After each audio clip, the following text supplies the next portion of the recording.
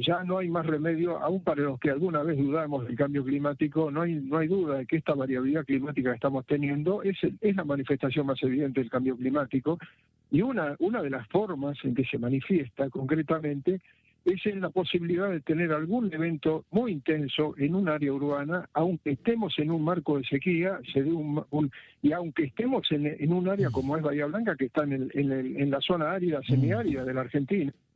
No como Corrientes, que Corrientes está teóricamente en el área húmeda de la Argentina, pero aún así Corrientes tuvo su fenomenal tormenta y ahora Bahía Blanca está teniendo esto, pero si vemos en los registros, aparece Santa Fe 3 veces en los últimos 15 años, La Plata, donde yo vivo, aquí sin ninguna duda, Tucumán, Volcán, Tartagal, Comodoro Rivadavia 4 o 5 veces, o sea, todo esto se da en el marco de un fenómeno que responde de alguna manera al cambio climático, pero en términos de variabilidad climática, que reduce la capacidad de antelación.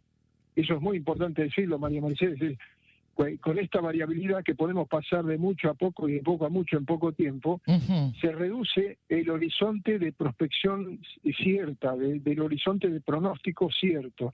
Ahora, ante todo esto, ¿qué tiene que hacer el hombre? Bueno, se han hecho los deberes en los últimos años. Por suerte, por ejemplo, precisamente como respuesta a todo esto que está pasando, se creó en el 2017 el SINAGIR, el Sistema Nacional de Gestión Integral de Riesgos, que el mismo presidente de la Nación actualmente lo mencionó, lo potenció, lo menciona como un fuerte de la Argentina, que va más allá de cualquier gobierno, de cualquier partido político. Eso es un bien de la Argentina, y que eso además es federal. ¿Qué es Juan, qué es el SINAGIR? SINAGIR, Sistema Nacional de Gestión Integral de Riesgos y Protección Civil. ¿Eso funciona en el gobierno de Milei? ¿Funciona? Funciona, sigue funcionando y sigue con todo. Mañana se hace la reunión mensual de escenarios trimestrales. Por supuesto que se va a analizar lo que pasa en Bahía Blanca, lo que pasó en Bahía Blanca. Pero insisto, María Mercedes, que estamos en un marco que la posibilidad de que esto ocurra es muy clara, la probabilidad es grande que sea en cualquier ciudad, puede ser Gualeguaychú, puede ser Gualeguay o cualquier otro lado. Sí, claro. ¿Y qué tiene que hacer el hombre? Atender a la, profesionalizar el recurso humano a nivel de protección civil en cada ciudad.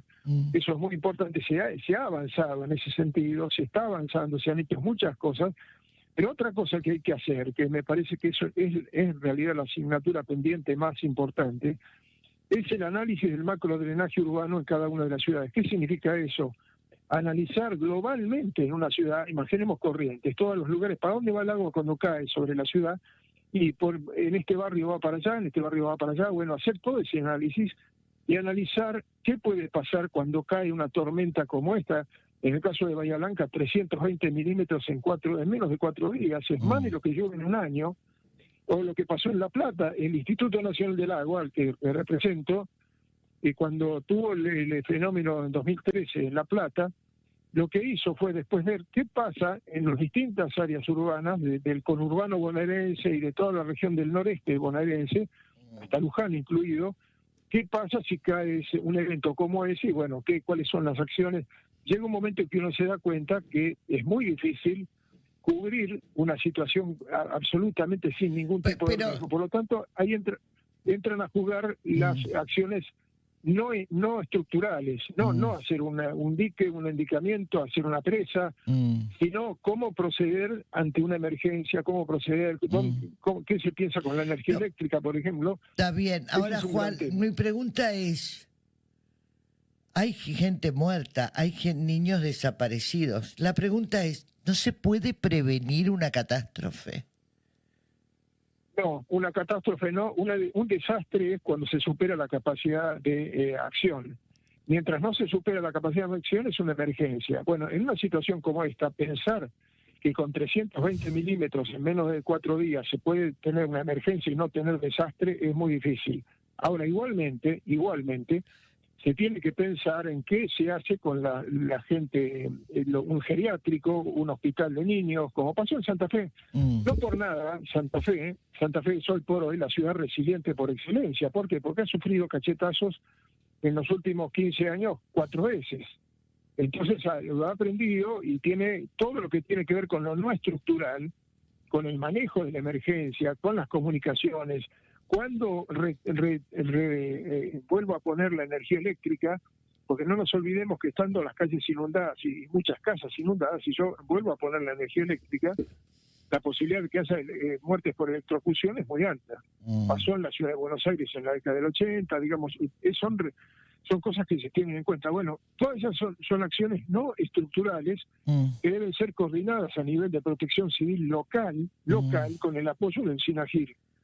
Bueno, todo eso, pero mucho antes de eso, y esto le cabe a un ingeniero civil como yo, o alguien que piense en términos de desarrollo urbano y de consideración del ordenamiento territorial, es analizar el macro drenaje urbano, es decir, en una ciudad con un evento muy significativo, aunque supere la capacidad de acción, hacia dónde va el agua y dónde priorizo los lugares en los que coloco un geriátrico, un hospital, o el cementerio, etcétera, etcétera, ¿no?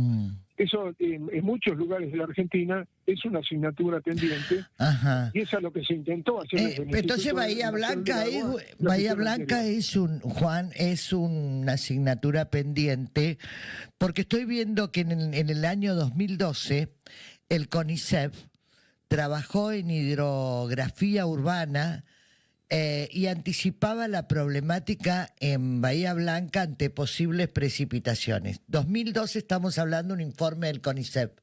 O sea, eso tiene que ver con la prevención. Si vos sabés que tenés un problema en un lugar, prevení que esto no te ocurra, ¿no? Eso es parte de la comunicación a la sociedad, pero también es la parte de la organización a nivel de protección civil en todo sentido. Hay una situación que, digamos, hay un parámetro de diseño. Yo armo toda esta estructura, la armo para una lluvia que sea más o menos de una frecuencia determinada, que pueda ser, por ejemplo, de 200 milímetros sobre Bahía Blanca, ya es mucho. 200 milímetros es del orden de lo que llueve en un año. Bueno, esta vez le cayeron 320, insisto, en menos de 4 días, en 3 días y medio. Es muy difícil, inclusive... Bueno, alguien me podría decir, el domingo anterior, el domingo 2, por ejemplo, ¿se tenía en vista que podía pasar? Bueno, de hecho, llovió el lunes, llovieron 8 milímetros. Había una previsión de tormentas que podían ser importantes. Pero ¿por qué se inunda de tal manera? ¿Por qué se inunda de tal manera Bahía Blanca?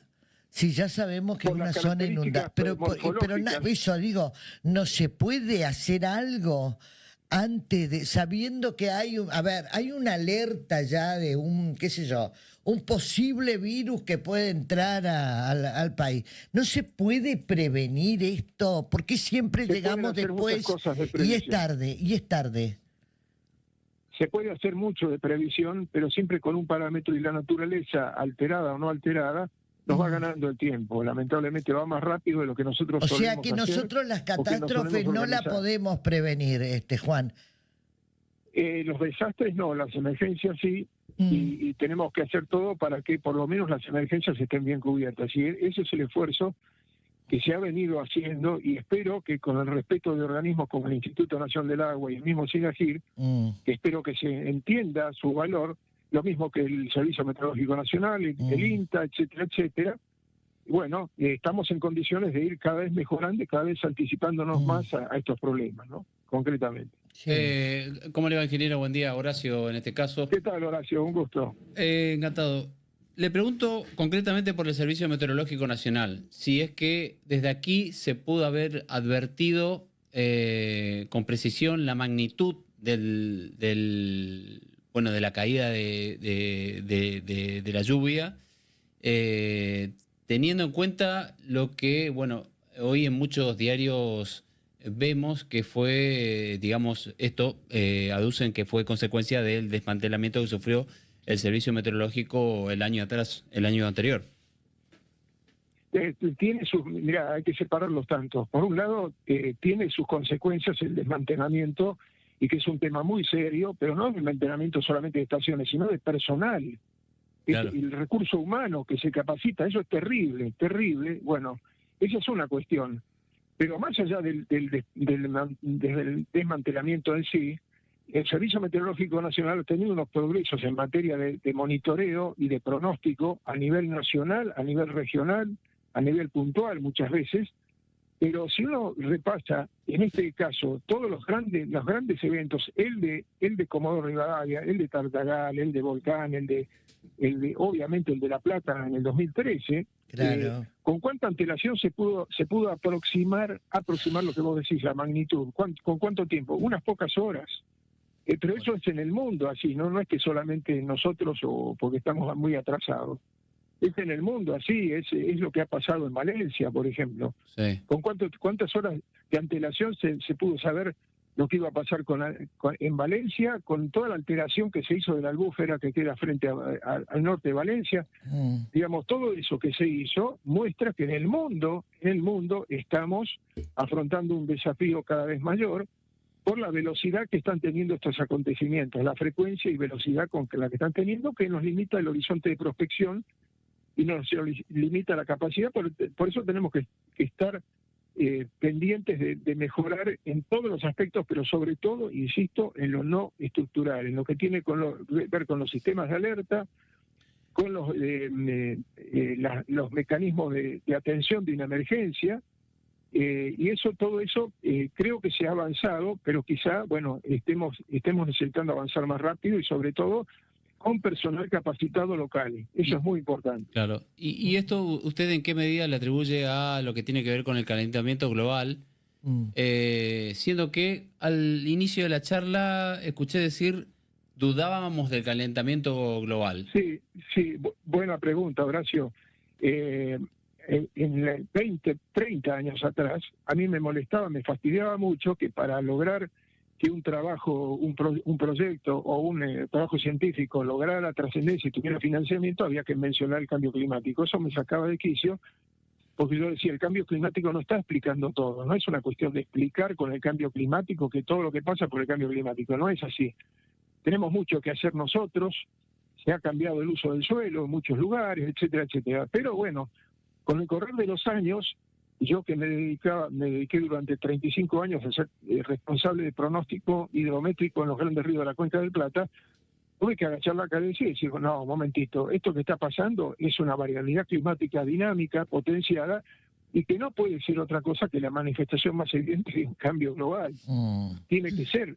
Si ese cambio global tiene que ver con el calentamiento, tiene que ver con qué, bueno, se lo dejo a los meteorólogos, a los que los escucho permanentemente, y por eso en los últimos años se ha intensificado nuestra relación con el Servicio Meteorológico Nacional, al punto tal que cada mes, a mitad de mes, hacemos un boletín conjunto en el que el Servicio Meteorológico Nacional hace la parte climática y nosotros la hidrológica.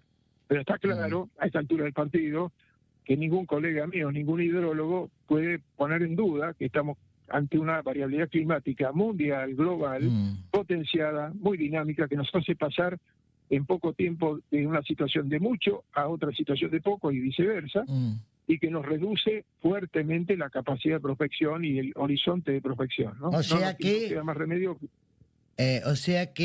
Juan, el país se debe preparar para el cambio climático. Se debe preparar en todo momento, en todo sentido, y los cuerpos técnicos científicos, como el que pertenezco, ya en mi caso con golpes en la nuca, pero bueno, al final no cabe la menor duda que todas las acciones que hacemos, que tenemos por delante, tienen que estar pensando en ese cambio. Pero ojo, no quiere decir que lo que pasó en Bahía Blanca es el cambio climático y no había nada que hacer. No es cierto de ninguna manera. Que podemos ir encontrando relación de cambio climático, variabilidad climática, lo que llovió más que lo normal, pero tenemos mucha tarea que hacer a nivel local y sobre todo en lo que hace a las acciones no estructurales. Claro, a la obra pública sobre todo, ¿no? Me parece que la obra pública también juega un rol. Sí, como obra pública en ese área incluyo lo del macrodrenaje urbano. El INA en la gestión anterior había empezado un proyecto que apuntaba a abordar un centenar de ciudades en la Argentina en la que se iba a hacer el análisis de macrodrenaje urbano, que significa analizar globalmente una ciudad cualquiera, la que se les ocurra, General Pico, Formosa o San Rafael, cualquiera, y aplicarle a esa ciudad con todo el conocimiento, con toda la base de información, aplicarle una gran lluvia, una gran tormenta y ver qué pasa y cómo resolver un problema de drenaje urbano, pero en forma global en la ciudad.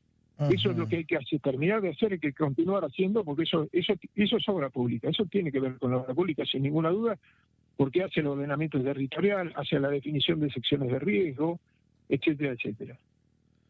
Bien.